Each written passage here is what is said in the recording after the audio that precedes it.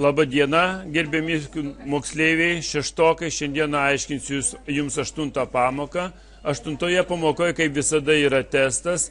Tam testui yra konspektas, taigi paspaudę 2 naršyklės langus jūs atsiversite testą.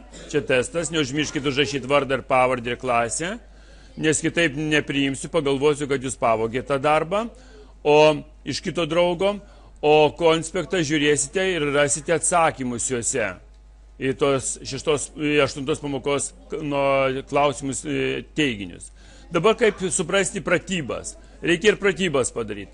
Pratybose yra 3 užduotis ir tas 3 užduotis reikia atlikti tokia tvarka. Taigi, pirma užduotis atliekama taip.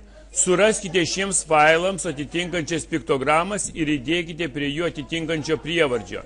Tai ir dabar dedam, kas yra MP3. Tai yra garsas, exe vykdomasis, doc yra dokumento Wordo tekste, irgi dokumento teksto failiukas PDF, raiškusis dokumentas, AVI filmo RAR archivavimas.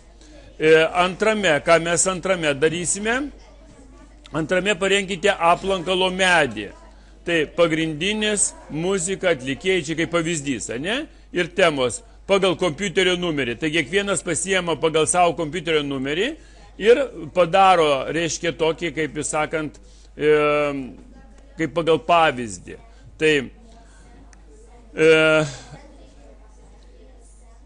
turėtų būti toks užrašymas, sakykime, kaip varškė būtų. Tai įdėtume pagrindinis, būtų nuoroda, ne? Paskui aplankalas vadytųsi, sakykime, kažkoks pavadinimas būtų, tai, sakykime, gali būti varškė, jeigu pagal pirmą, tai varškė, ir paskui varškės produktas kažkoks irgi užrašyta dokumentas, kuriam jau užrašyta arba paveiksliukas, kuriam, pavyzdžiui, sūrelis būtų, arba sūris, arba pienas, reiškia iš vienos tos pačios. Su saldainiu būtų taip, pagrindinis saldainis ir paskui saldainio pavadinimas, kregždutė, arba dar kažkoks šokoladas galėtų būti. Krepšinis tai būtų pagrindinis aplankalas ir toliau pavadinimas aplankalo būtų krepšinis ir krepšinio būtų kažkokį paveiksliukas įmesta. Čia yra mintis, kad išmoktumėt jūs naudoti savo aplankalus ir pagal tos aplankalus sudėtumėte.